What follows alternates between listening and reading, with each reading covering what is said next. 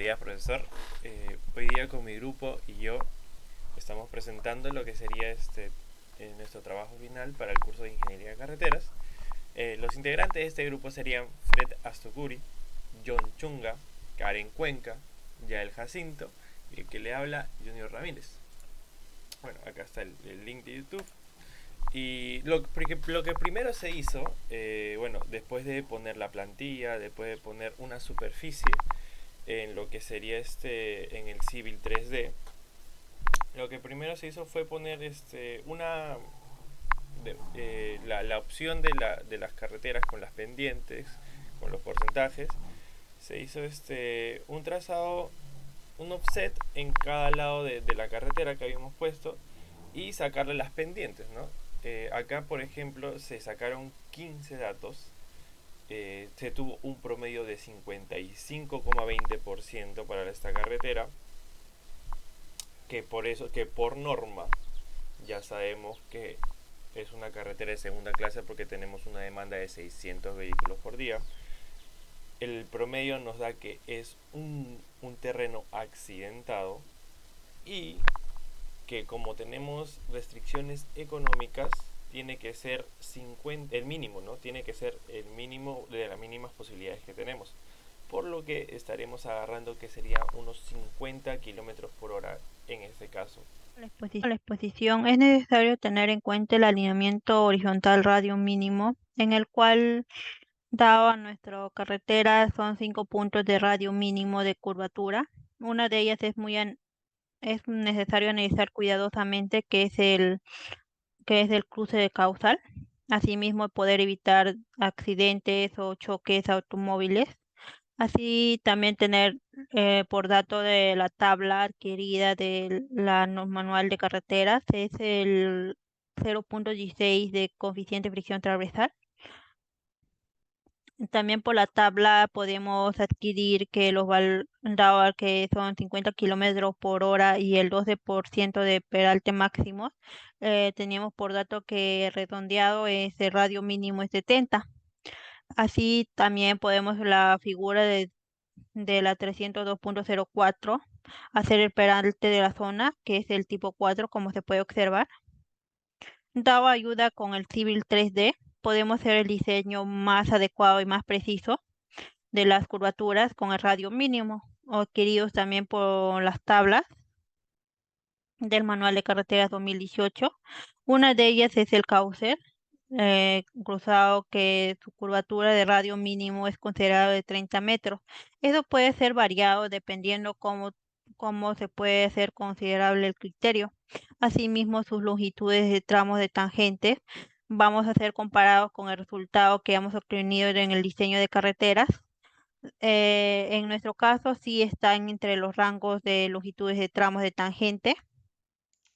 Ahora yo les hablaré sobre las curvas circulares. Una vez obtenidos nuestros radios mínimos en nuestra carretera, debemos convertir nuestros radios mínimos a mayores, garantizando que los radios nos permitan acercar nuestra geometría a nuestra línea gradiente, y debemos tener en consideración que nuestros radios en consecutivo no sean tan diferentes o lejanos entre sí, y que exista una proporcionalidad entre curvas, acomodando los radios para que la geometría se acerque lo más posible a nuestra línea gradiente. Luego acomodar nuestras curvas convenientemente, verificando en la tabla 302,01 longitudes de tramos en tangentes, nuestras tangentes mínimas y máximas. Bueno, en nuestro caso, nuestra velocidad es de 50 kilómetros por hora. Entonces, cuando las curvas son tipo S, la medida mínima de la tangente es de 69.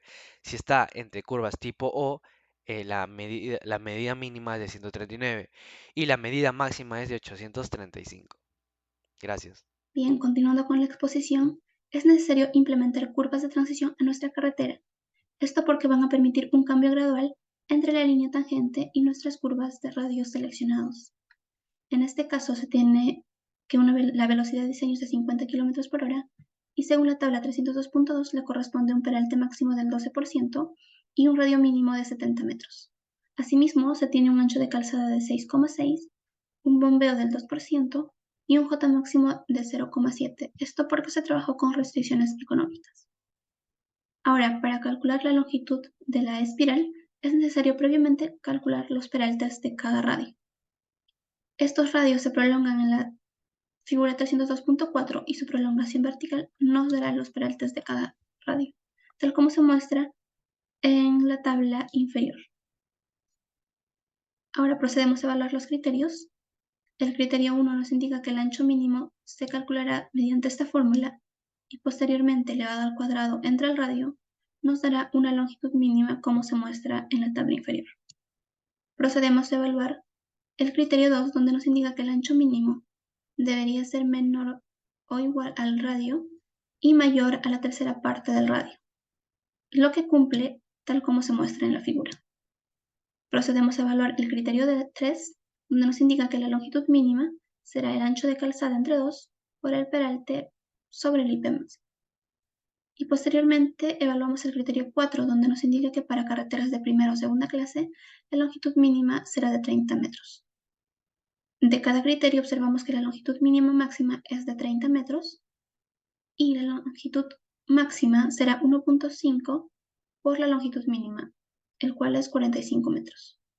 Solamente para el radio de 30 metros se procedió a trabajar con una longitud mínima de espiral de 30 metros porque es un radio excepcional.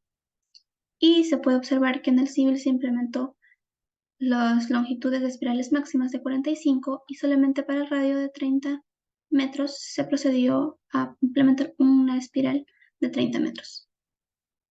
Longitud de transición de peraltes. Primero comenzamos con la creación de peraltes.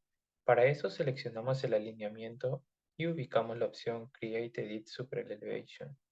En la ventana creada modificamos el ancho de carril, que es 3.30 metros, el bombeo, que es igual a menos 2%, el ancho de berma, que es 1.20 metros, y dejamos la inclinación de la berma en menos 4%, ya que es la más usual. Cambiamos la tabla de tasa de peraltes al AASHTO 2011 Metric 12%. Por último, seleccionamos la opción Automatically Revolver Overlap y finalizamos. Así ya tenemos creados los peraltes.